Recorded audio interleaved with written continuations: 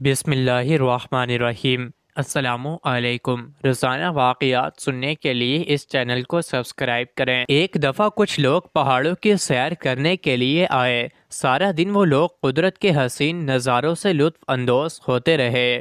شام کے وقت اچانک طوفانی بارش شروع ہو گئی۔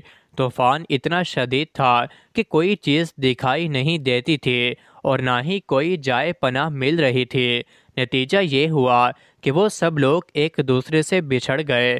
اتفاق سے ایک نوجوان لڑکی کو پہاڑوں کے درمیان ایک چھوٹا سا گھر نظر آیا۔ اپنی جان بچانے کے لیے اس نے وہاں پناہ لے لی۔ بھیگے بدن کے ساتھ جب وہ گھر میں داخل ہوئی تو دیکھا کہ سامنے ایک نوجوان بیٹھا ہے۔ اس نے دیا روشن کر رکھا ہے اور انہماک کے ساتھ مطالعے میں مصروف ہے۔ وہ سوچنے لگی کہ آج جان تو جائے گی ہی، ساتھ میں عزت بھی لٹ جائے گی۔ اسی ڈر اور خوف کے ساتھ وہ گھر کے ایک کونے میں دبک گئی اور نم آنکھوں سے اس نوجوان کو دیکھنے لگی۔ اس نوجوان نے بھی اس لڑکی کو دیکھ لیا تھا۔ چند لمحے وہ بھی حیرت کے عالم میں بیٹھا رہا، پھر وہ اپنی جگہ سے اٹھا اور اس لڑکی کی طرف بڑھا۔ اس کے ہاتھ میں کچھ کھانے پینے کی چیزیں دیں اور ایک کمبل تھا۔ اس نے ہمدردی سے لڑکی کو تسلی دی اور وہ چیزیں اس کے حوالے کر دیں۔ خود واپس آ کر وہ اپنی جگہ پر بیٹھ گیا اور دوبارہ مطالعے میں مصروف ہو گیا۔ لڑکی کا جسم خوف اور سردی سے کانپ رہا تھا۔ اس نے نہ چاہتے ہوئے بھی وہ کمبل اپنے اوپر اوڑھ لیا اور دوبارہ نم آنکھوں سے اس نوجوان کو دیکھنے لگی جس نے اس کے ساتھ غیر معمولی طور پر اچھا سلوک کیا تھا۔ چند لمحوں بعد اس نے دیکھا کہ اس نوجوان نے اچانک اپنا ہاتھ جلتے ہوئے دیے پر رکھ دیا۔ چند لمحوں بعد اس کے منہ سے کراہ نکلی اور اس نے اپنا ہاتھ واپس کھینچ لیا۔ وہ نوجوان ہر 10 منٹ کے بعد اپنا ہاتھ اس جلتے ہوئے دیے پر رکھتا اور پھر آگ کی شدت سے مجبور ہو کر دوبارہ واپس کھینچ لیتا۔ وقت آگے بڑھتا رہا، لمحے گھنٹوں میں تبدیل ہوئے اور رات کی سیاہی جھٹنے لگی۔ وہ نوجوان ساری رات بار بار اپنا ہاتھ جلتے ہوئے دیے کی آگ پر رکھتا اور پھر واپس کھینچ لیتا، یہاں تک کہ صبح ہو گئی۔ لڑکی جو یہ سب رات بھر دیکھتی رہی تھی اپنی جگہ سے اٹھی، نوجوان کا شکریہ ادا کیا اور اپنے گھر کو لوٹ گئی۔ کچھ دنوں کے بعد وہ دوبارہ شام کے وقت اس گھر میں آئی۔ اس کے والدین بھی ساتھ آئے تھے۔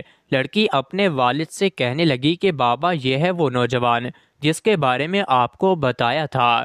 مجھے اگر شادی کرنی ہے تو اسی سے کرنی ہے۔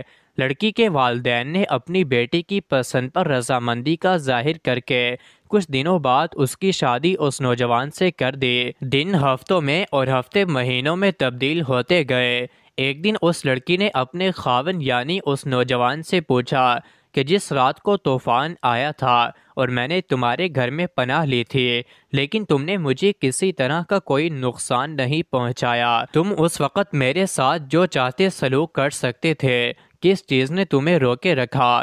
وہ نوجوان بولا کہ جب تم بھیگے بدن کے ساتھ میرے گھر میں آئی تھی تو میں حیرت سے تمہیں دیکھتا ہی رہ گیا، کیونکہ اتنی خوبصورت لڑکی میں نے اپنی زندگی میں نہیں دیکھی تھی۔ کچھ دیر بعد میرے جذبات نے انگڑائی لی اور جنسی شدت مجھ پر سوار ہو گئی۔ میرا دل چاہا کہ آگے بڑھوں اور جذبات سے مغلوب ہو کر اپنی خواہش پوری کر لوں، لیکن اس گناہ کا انجام سوچ کر میں نے اپنا ہاتھ جلتے ہوئے دیے پر رکھ دیا۔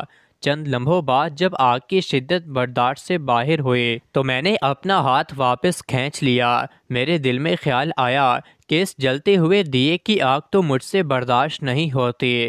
کل قیامت کے روز جب مجھے اس گناہ کے بدلے جہنم کی آگ میں پھینکا جائے گا تو میرا جسم کیسے برداشت کرے گا؟